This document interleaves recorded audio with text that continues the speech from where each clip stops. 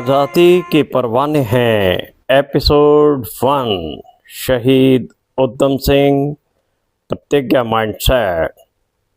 सरफरोशी की तमन्ना अब हमारे दिल में है, देखना है जोर कितना बाजू एक कातिल में है।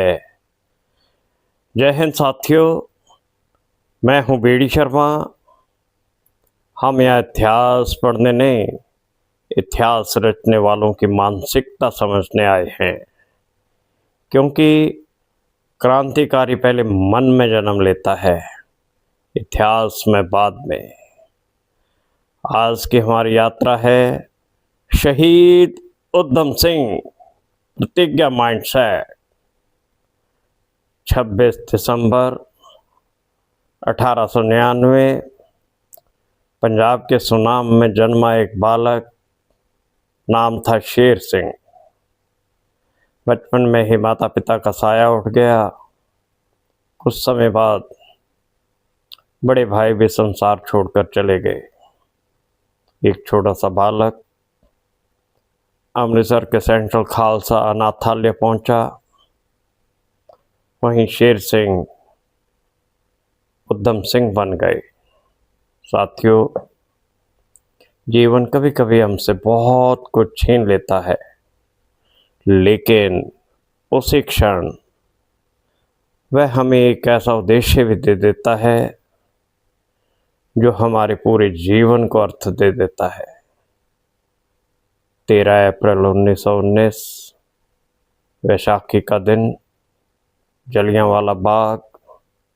हजारों निहत थे भारतीय, और अचानक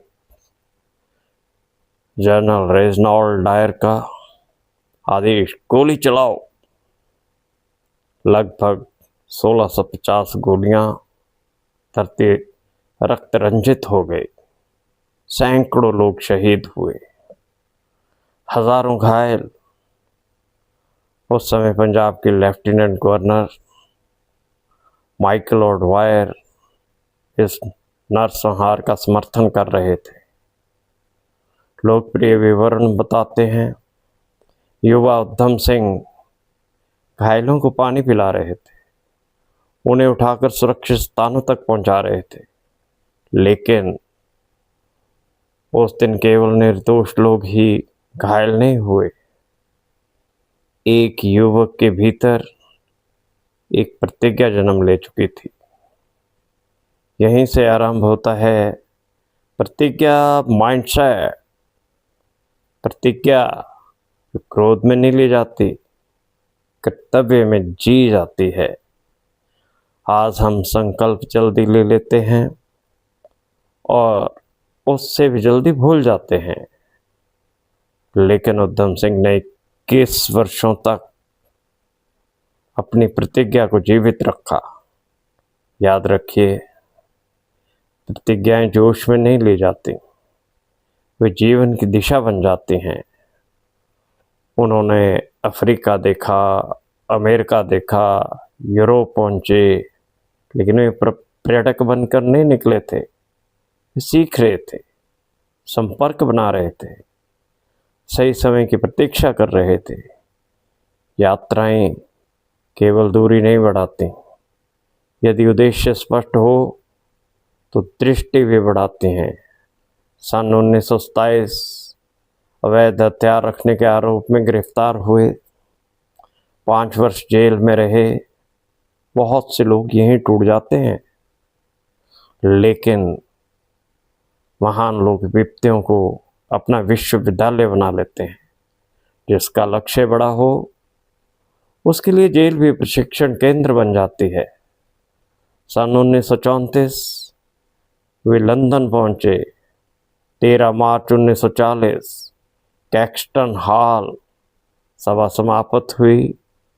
एक खोखली पुस्तक, उसमें छिपी रिवॉल्वर, और कुछ ही क्षणों में माइकल ऑडवायर इतिहास का हिस्सा बन चुका था। यहाँ एक तथ्य हमेशा याद रखिए,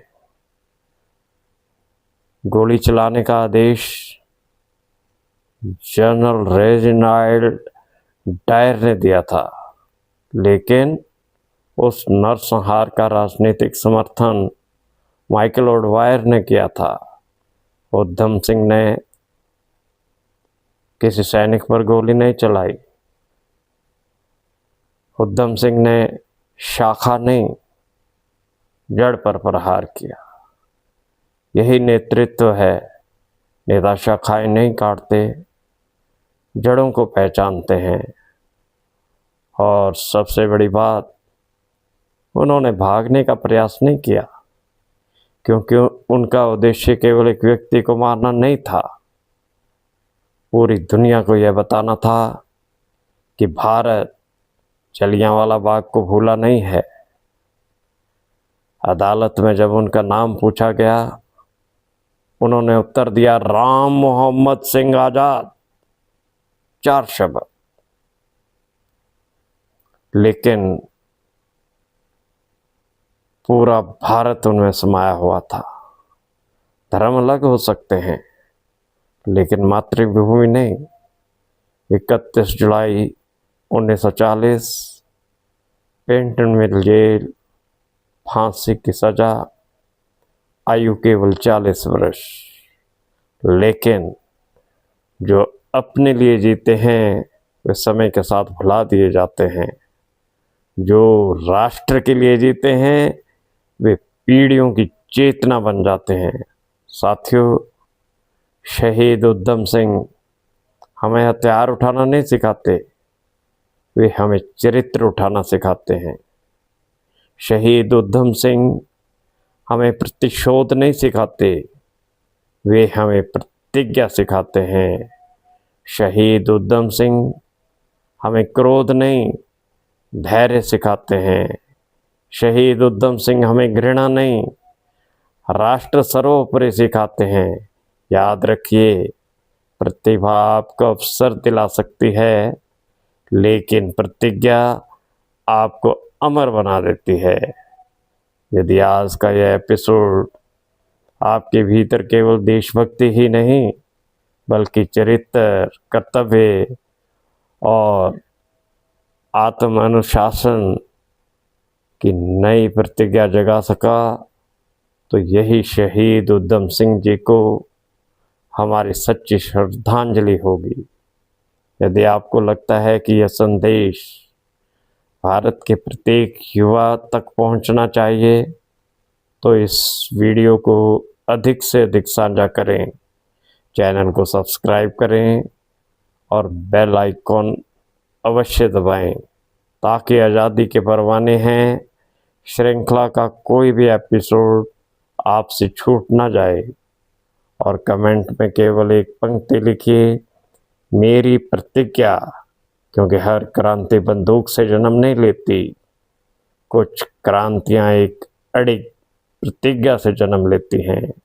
शहीदों की चिताओं पर लगेंगे हर वर्ष मेले, वतन पर मिटने वालों का यही बाकी निशान होगा। साथियों, 11 अगस्त को फिर मिलते हैं। आज़ादी के परवाने हैं कि अगले एपिसोड में शहीद खुदीराम बोस, निर्भयता माइंडसेट। क्या निर्भयता उम्र से आती है या उद्देश्य से? इसी प्रश्न का उत्तर खोजेंगे। तब तक के लिए जय हिंद, वंदे मातरम।